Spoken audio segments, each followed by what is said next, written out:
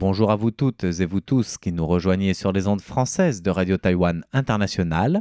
C'est de nouveau François-Xavier Boulet à l'antenne pour vous présenter l'émission Au micro de RTI avec comme invité d'honneur aujourd'hui Monsieur Enrico D'Angelo Near qui est le directeur général de la Bibliothèque nationale d'Haïti et qui est de passage à Taïwan.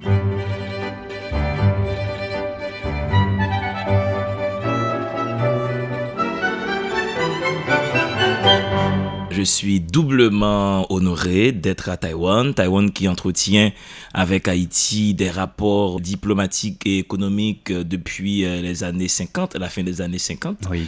Je suis donc très content d'être ici à Taïwan et très content d'être reçu dans cette magnifique et grandiose radio qu'est RTI. Merci.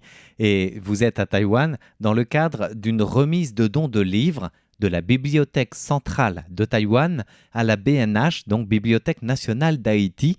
Pouvez-vous nous décrire plus concrètement la teneur de ces échanges littéraires par le livre ? Alors, ces échanges, c'est surtout la réussite diplomatique de l'action de l'ambassade d'Haïti ici à Taïwan qui a pu mettre en relation la Bibliothèque nationale d'Haïti et la Bibliothèque centrale de Taïwan. On est d'accord que Haïti et Taïwan, c'est pas forcément la porte d'à côté. C'est vrai. Donc, je tiens ici à féliciter vivement le dynamisme de l'ambassadeur d'Haïti, M. Rudy Stanley Penn, qui a pu mettre en relation nos deux bibliothèques patrimoniales, laquelle collaboration entre nos deux institutions qui va permettre qu'il y ait un Taiwan Corner en Haïti et qu'il y ait aussi, et au sein de la Bibliothèque centrale de Taïwan, un coin où il y aura des livres haïtiens. C'est une façon d'établir une passerelle d'échange intellectuel et culturel entre les deux États. Parce que jusque-là, Taïwan et Haïti entretiennent des rapports diplomatiques, politiques et économiques. Maintenant, cette action permet de tisser, on va dire, une nouvelle toile dans la relation entre nos deux îles. Donc au niveau culturel, intellectuel, par le biais de la lecture. Par le biais absolument de la lecture et des écrivains haïtiens et taïwanais qui sont appelés à échanger, à se rencontrer, et qu'il y ait aussi des employés de la Bibliothèque nationale d'Haïti qui viennent recevoir des formations continues ici, et qu'il y ait des formateurs taïwanais qui peuvent prochainement venir en Haïti. Tout ça pour le bien-être de la promotion du livre, de la lecture, et pour développer les nouvelles technologies qui sont dans la conservation, on va dire, de documents rares. Alors justement, vous devancez ma question suivante, puisque cette coopération, ce n'est pas que le livre. Le livre imprimé, papier, comme on le connaît, c'est aussi une coopération sur les outils de conservation, sur la numérisation des livres, n'est-ce pas ? Absolument. Voilà. Et cet aspect compte énormément pour nous parce que nous sommes dans un monde, on va dire, organisé autour du 2.0. Aujourd'hui, la seule façon de donner vie à nos productions et de l'esprit, c'est de passer par l'informatique, par la numérisation. Et cette collaboration entre la Bibliothèque centrale de Taïwan et la BNH, justement, va dans ce sens-là et est appelée à permettre à nos deux bibliothèques, on va dire, d'échanger des technologies qui pourront nous permettre de créer un patrimoine numérique commun, partagé et auquel l'humanité pourra avoir accès. Alors, vous disiez le rôle du livre comme une passerelle culturelle, intellectuelle, entre finalement deux cultures et deux mondes différents, deux langages aussi différents.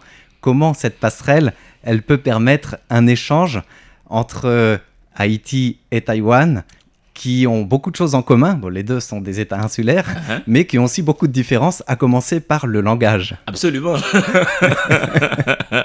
Déjà, j'imagine l'effort que ça va prendre à un lecteur francophone haïtien de prononcer déjà le prénom d'un écrivain taïwanais. Et c'est même la même chose aussi dans l'autre sens, pour prononcer Neyar. Et beaucoup vont dire Nird ou je sais plus. Je trouve que tout ça, ça crée aussi une facette à la limite presque ludique de cette collaboration. On va aussi comprendre que la meilleure façon d'entrer dans l'univers de l'autre, c'est d'apprendre la phonétique de son prénom. et de se dire que ce prénom-là dit déjà quelque chose sur l'identité de l'autre et sur sa façon de le considérer et de le respecter dans sa superficielle différence. Dans mon discours hier, justement, j'ai fait mention de beaucoup de tourments qui sont des tourments humains universels. Oui. Que vous soyez taïwanais, chinois, turc, hollandais ou américain, il y a des tourments existentiels qui caractérisent même le fond de la nature humaine. Et ces échanges entre nos deux îles vont permettre de comprendre qu'en profondeur, Haïtiens et Taïwanais et Russes et Dominicains, nous sommes les mêmes, c'est-à-dire des êtres humains en quête de repères et en quête de sens. Donc voir l'humain dans l'autre, par son nom, par son livre, donc c'est au fond, c'est lire l'autre pour mieux le comprendre en fait. Et c'est honorer l'humanité de l'autre dans ce sens-là. Et c'est ça qui nous permet de fabriquer un vivre ensemble et de se dire qu'au fond, dans le monde actuel, la meilleure façon de faire front commun, de construire ensemble une humanité lumineuse, c'est en se parlant par les livres déjà. Dans ce cadre-là, vous le disiez, il va y avoir un coin Taïwan à la Bibliothèque nationale d'Haïti et un coin d'Haïti à la Bibliothèque centrale de Taïwan. C'est exactement ça le projet. Comment vous envisagez ce projet de coin taïwanais en Haïti, par exemple ? Alors, moi, j'ai déjà dans ma tête de ne pas garder ce Taiwan Corner seulement au sein du bureau central de la BNH. Oui. La Bibliothèque nationale d'Haïti a quand même des annexes sur l'ensemble du territoire national et nous envisageons de placer des embryons de ces Taiwan Corner un peu partout sur l'ensemble du territoire, ce qui va permettre d'enrichir le regard de l'haïtien, entre guillemets, lambda, sur l'existence et la richesse d'une autre culture, ce qui va éviter à l'haïtien qui habite au sud ou très au loin dans le nord d'Haïti, cet haïtien ne sera pas dans ce qu'on appelle aujourd'hui une insularité cognitive, c'est-à-dire il va reconnaître qu'il y a aussi une autre gastronomie, qu'il y a une autre musique, qu'il y a une autre vision du monde. Du coup, l'haïtien lambda sera moins culturellement totalitaire. Oui. Donc c'est pas un coin fermé, c'est un coin d'ouverture. C'est un finalement. coin d'ouverture, voilà. Et nous espérons la même chose ici à Taïwan, où un jeune de collège ou du secondaire, un jeune qui a 16 ans se dira « Ah, attention, il y a un autre jeune de 16 ans, quelque part, qui a vécu peut-être les mêmes drames que moi, les mêmes crises que moi. » Donc voici dans quel sens nous alimentons cette coopération. D'accord. Donc ça va passer essentiellement par des écrivains déjà traduits ou en cours de traduction, ne serait-ce que pour avoir un premier accès, j'imagine. Oui, alors pour un premier accès, ça va être ça, mais on va aussi proposer des écrivains haïtiens qui écrivent directement en français. D'accord. Et pour le Taiwan Corner, on va faire la même chose. On va mettre carrément du mandarin directement en Haïti à Port-au-Prince, et tout en ayant aussi quand même des auteurs taïwanais qui sont déjà traduits en français pour faciliter l'échange et surtout créer de l'animation autour de ces coins de livres. C'est pas seulement les exposer, les placer là un peu pour l'aspect décoratif, mais c'est aussi qu'il y ait des médiateurs, des bibliothécaires médiateurs qui vont permettre au jeune public d'entrer dans ces œuvres, de comprendre ce qui se passe et de trouver des zones de vibration communes. Donc les guider pour découvrir finalement que le livre, c'est vivant. Absolument. Et si le livre est vivant, il est quand même en perte de vitesse dans le monde entier, j'imagine. En Haïti, c'est pareil. Face aux défis du monde tout connecté, tout sur le téléphone portable, etc., des réseaux sociaux où tout va très vite finalement, quel est le rôle d'un directeur général d'une bibliothèque nationale? Comment vous pouvez réussir à mettre le livre en valeur ou lui retrouver ses lettres de noblesse? Alors la première démarche, c'est de comprendre que le livre papier est en perte de vitesse visiblement. Mais au fond, je pense que les jeunes générations lisent. Malheureusement, elles ne lisent pas ce que nous autres de l'ancienne génération, ce qu'on aurait souhaité que ces générations lisent, ou elles utilisent un autre médium pour avoir accès à la culture. Je pense que toute bibliothèque nationale aujourd'hui doit savoir articuler ce double langage, aller dans l'univers actuel des jeunes, qui est foncièrement le numérique, qui est, pour le dire vulgairement, TikTok, qui est Instagram, qui est Facebook, utiliser ces réseaux-là pour proposer de la culture à ces jeunes. Je pense que si nous n'allons pas vers les nouveaux modes d'expression expression numérique, on va rater beaucoup de jeunes. Je pense qu'il faut d'abord les prendre dans TikTok pour espérer les conduire vers le livre papier qui, à mon avis, est éternel. Alors, au-delà des frontières culturelles, le livre, on le voyait, ou c'est ce que vous disiez, c'est comme une passerelle. Au fond, il est figé, mais il est vivant, il est précieux, il est même inépuisable comme source. C'est une source de savoir. Et c'est cela que vous essayez aussi de faire, de diffuser à l'étranger, en l'occurrence à Taïwan, avec ce coin haïtien futur dans la bibliothèque centrale. Absolument. Et par quel bout commencer? C'est-à-dire, voilà, vous le disiez, pour attirer les jeunes, il faut aussi aller vers ce qu'ils lisent. Comment vous souhaitez attirer d'abord un lecteur taïwanais qui va vouloir découvrir Haïti alors qu'il n'en connaît quasiment rien, sinon ce qui passe aux informations? Alors, je pense qu'il faut commencer par une porte ludique. D'accord. Il faut qu'on arrive à présenter aux jeunes générations les livres, non pas comme étant des objets scolaires, mais comme des sources de joie et de plaisir. Si le livre est campé comme étant une obligation académique, nous risquons malheureusement de faire fuir beaucoup de jeunes. La meilleure manière de créer ce lien entre le Taïwanais lambda et des livres haïtiens, j'ai en tête Jacques Roumain, Evelyne Trouillot, Lionel Trouillot, c'est de dire à ces jeunes-là, voici une porte ouverte sur l'exotisme. Voici une autre possibilité qu'il t'est présentée pour t'amuser, pour faire la fête. Voici la possibilité qui t'est présentée pour rencontrer l'autre, mais tout en te disant que cet autre n'est pas là comme une obligation de résultat scolaire. Donc l'idée, c'est d'abord commencer par cette porte-là et dire à ce Taïwanais lambda, en lisant ces livres-là, tu vas t'augmenter, tu vas améliorer ton humanité, tu vas bonifier ton regard sur l'autre et tu vas développer une meilleure générosité dans l'altérité. Mais tout ça en permettant à ce jeune d'avoir un regard, on va dire, décomplexé sur la lecture, afin qu'il comprenne que chaque livre, c'est une fête que la vie nous offre. D'accord.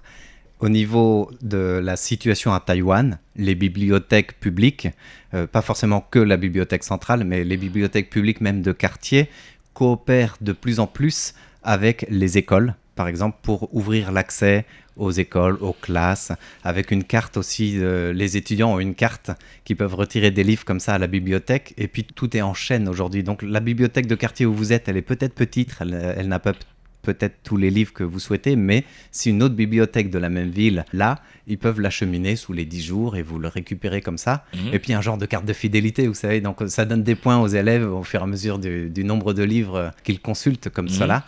Est-ce qu'il y a la même démarche en Haïti ou est-ce que c'est quelque chose que vous trouvez intéressant de coopérer avec le monde éducatif, surtout auprès des jeunes? Alors, il serait intéressant, en effet, qu'on développe aussi cette façon de faire en Haïti. Alors oui, nous avons plusieurs bibliothèques sur l'ensemble du territoire, mais ces bibliothèques ont presque une action séparée.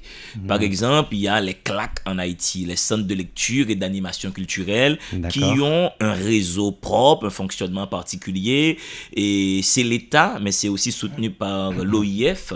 Et à côté, il y a les bibliothèques communautaires qui ont un régime de fonctionnement. Il y a aussi le réseau de la Bibliothèque nationale d'Haïti. Donc, depuis quelques années, on va dire, ce sujet est en discussion pour voir comment nous pouvons créer une véritable communauté de bibliothèques dans un grand réseau qui puisse permettre que le savoir circule dans cette chaîne-là. Et à ce sujet-là, ce qui se passe à Taïwan, et je suis très admiratif, et nous allons voir en effet comment, suivant notre sociologie en Haïti, on pourrait adapter ce système-là. Je pense que ce sont là autant de moyens, autant d'outils que nous mettons à la disposition des usagers afin qu'ils puissent toujours être en relation avec les livres. D'accord.